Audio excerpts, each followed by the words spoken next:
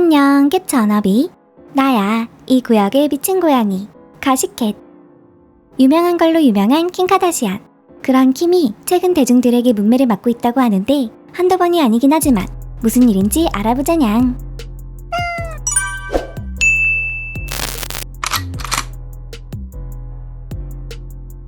슬리핑 뷰티라는 주제로 돌아온 2024년 맷 갈라. 메종 마르지엘라의 드레스를 입은 킴 카다시안은 확실히 레드카펫에서 가장 기억에 남는 모습 중 하나였어. 플라워 패턴의 메탈릭한 드레스와 캐시미어 쇼를 매치한 킴은 백금발의 헤어와 반짝이는 은색 아이섀도우로 룩을 완성시켰지. How's it going? It's an art form. This year's theme is Sleeping Beauties, Reawakening Fashion.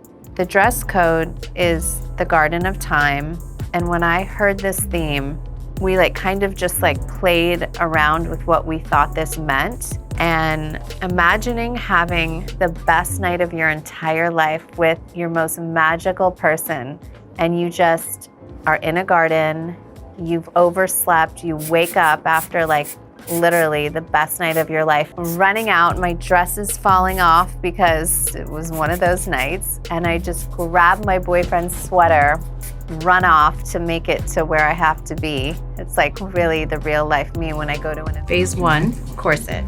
This takes about 30 minutes. I'm just kidding. So the part of my garden fantasy is this corset just stayed on the whole time because it makes my boobs look so good in my waist. So 하지만 키티즌들의 반응은 그다지 긍정적이지 않았어. 파격적으로 졸라맨 킴 카다시안의 허리 때문이야. 키티즌들은 옛날 할리우드에서나 볼 수 있었던 모습이라며 킴이 숨쉬는 것도 힘들어 보이고 말도 제대로 하지 못한다며 비판했지. 게다가 혼자 제대로 걷지도 못해 다른 사람의 도움으로 계단을 오르는 모습이 포착되었거든. 이런 코르셋은 SM에서나 볼 수 있는데 킴도 알고 있는 걸까? 이 극단적인 의상은 잘못된 메시지를 전하고 있어. 인위적으로 얼마나 허리를 작게 만들 수 있는지 보여줄 뿐인 룩이 또 한 번 등장했어. 이 말처럼 킴은 이미 여러 차례 자신의 몸을 한계까지 밀어붙이는 룩을 선보였지. 2024년 맷갈라 이틀 후 킴은 또 다른 마르지엘라 룩을 선보였는데 허리를 극도로 조이는 가죽 코르셋과 벨벳 보디슈트, 상처가 난 것 같은 무릎 패드, 해골 모양 장갑 등을 착용한 모습이었어. 일부 키티즌들은 킴의 과감한 하이패션 룩에 감탄했고 일부 키티즌들은 어딘가 으스스한 오뚜구띠르에 공감하지 못했지. 2022년에도 킴은 극단적인 의상으로 화제를 모았어. 1962년 마릴린 먼로가 존 F 케네디에게 생일 축하송을 부를 때 입었던 걸로 유명한 금색 가운을 입고 맷갈라에 등장했거든. 하지만 당시에도 키티즌들의 반응은 좋지 않았지. 마릴린 먼로 의상 훼손 의혹과 극단적인 다이어트 전시에 대한 질타를 받았어. 킴은 이 의상을 입기 위해 3주 만에 7kg를 뺐다고 밝혔는데 저는 하루에 2번씩 땀복 차림으로 러닝머신에서 달렸어요. 설탕과 탄수화물을 완전히 끊고 채소와 단백질만 섭취했죠. 굶지는 않았지만 엄격했어요. 2019년 맷갈라에서도 킴은 이목을 집중시켰는데 크리스탈이 물방울처럼 떨어지는 화려한 디자인의 미글러 드레스 때문이 아니라 코르셋으로 한껏 조인 한줌 허리 때문이었지. 공개된 피팅 영상에서 킴은 코르셋 때문에 숨쉬기도 힘들어했고 제대로 앉을 수도 없었어. Okay, so Anna, if I don't sit down for dinner, now you know why. I'll be walking around, mingling, talking, but I cannot hardly sit. So I can only half sit.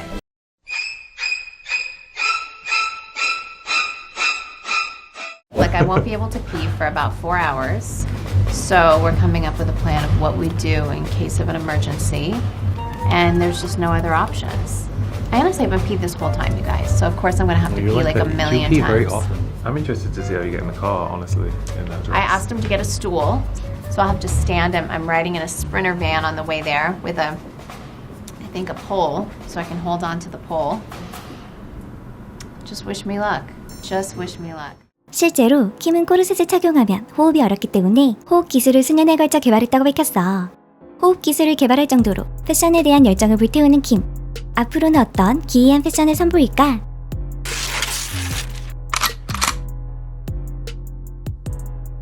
그런가 하면 킴의 인스타그램은 또 다른 비판 댓글로 가득해. 바로 킴이 팔레스타인 이스라엘 분쟁에 대해 한 발언 때문이야. 사건은 맷갈라 직후에 일어났어. 킴은 독일에서 열린 OMR 디지털 및 마케팅 무역 박람회에 참석해 사업 전략에 대해 이야기를 하고 있었지. It's happened at every event I've done recently. Free everybody. 그런데 갑자기 한 여성이 프리 팔레스타인 외치기 시작한 거야. 그러자 킴은 마이크를 잡고 프리 에브리바디라고 작게 말했지. 킴의 발언이 녹화된 영상이 SNS에 퍼져나가며 위선자라는 비난을 받고 있는 중이야. 워너비들도 알겠지만 많은 사람들이 가자 지구에서 벌어지고 있는 일을 대량 학살로 생각하고 있잖아. 그리고 킴은 본인의 혈통이기도 한 아르메니아를 지지하며 아르메니아 대량 학살 문제를 언급해왔거든. 게다가 해당 발언 이후 저는 이스라엘 사람들과 팔레스타인 사람들에게 동정심을 느껴요. 모두에게 공감이 돼요. 우리가 원하는 건 모든 사람들이 안전하고 자유로워지는 거예요. 라고 설명했대. 또한 킴은 이러한 주제에 관해 자녀들과 이야기를 나눈다고 밝혔는데 안심해. 사람들에게 잘하고 너희들이 대우받고 싶은 대로 상대를 존중해주도록 해. 지금은 확실히 무서운 시기야. 라고 아이들에게 조언해줬다고 해. 한편 작년 가을 킴의 동생인 카일리 제너가 언제나 우리는 이스라엘 백성 편에 서 있다며 이스라엘 국기를 SNS에 게재해 어마어마한 비판을 받은 적이 있어. 이후 킴 카다시안이 카일리의 실수를 만회하려는 듯 팔레스타인 무장단체 하마스의 공격에 희생된 민간인들을 추모하는 글을 올렸지. 유대인 친구들과 가족들에게 보내는 메시지. 사랑하고 응원해. 당신이 혼자가 아니라는 것을 알아줬으면 좋겠어요. 전 세계가 보는 앞에서 아기들과 가족들이 테러를 당하고 살해당하는 영상을 보니 마음이 아픕니다. 인간으로서 이 끔찍한 사진들에 어떻게 충격을 받지 않을 수 있겠어요. 이스라엘과 팔레스타인 사이에 복잡한 역사는 여전히 미묘합니다. 이들의 잔인한 테러리즘이 양측 모두에게 고통을 야기하고 있으며 가장 큰 대가를 치르고 있는 건 민간인들이에요. 더불어 아르메니안으로서 이러한 이슈들에 대해 민감할 수밖에 없다며 아르메니아 대량 학살에 대한 본인의 경험담도 털어놨어. 하지만 이번 프리 에브리바디 발언으로 며칠 만에 수십만 명의 인스타그램 팔로워를 잃었다고 해. 게다가 맷갈라 개최 시기가 이스라엘의 가자지구 최남단 도시인 라파에 대한 군사공격 계획이 발표된 시점이라 더욱 비판을 받고 있는 참이야. 지난 3월 아카데미 시상식에서 일부 배우와 감독들이 이스라엘 가자지구 공격에 반대하는 빨간 배지를 착용하는 것과 대비되는 데다 맷갈라가 열린 뉴욕에서 팔레스타인 해방 시위가 열리기도 해서 특권과 부를 가시한 맷갈라에 대한 비판의 목소리가 커진 상태거든. 맷갈라 이후 가자지구 참상에 침묵하는 유명인들의 SNS 계정 차단을 촉구하는 블록아웃 2024 운동이 시작되기도 했어.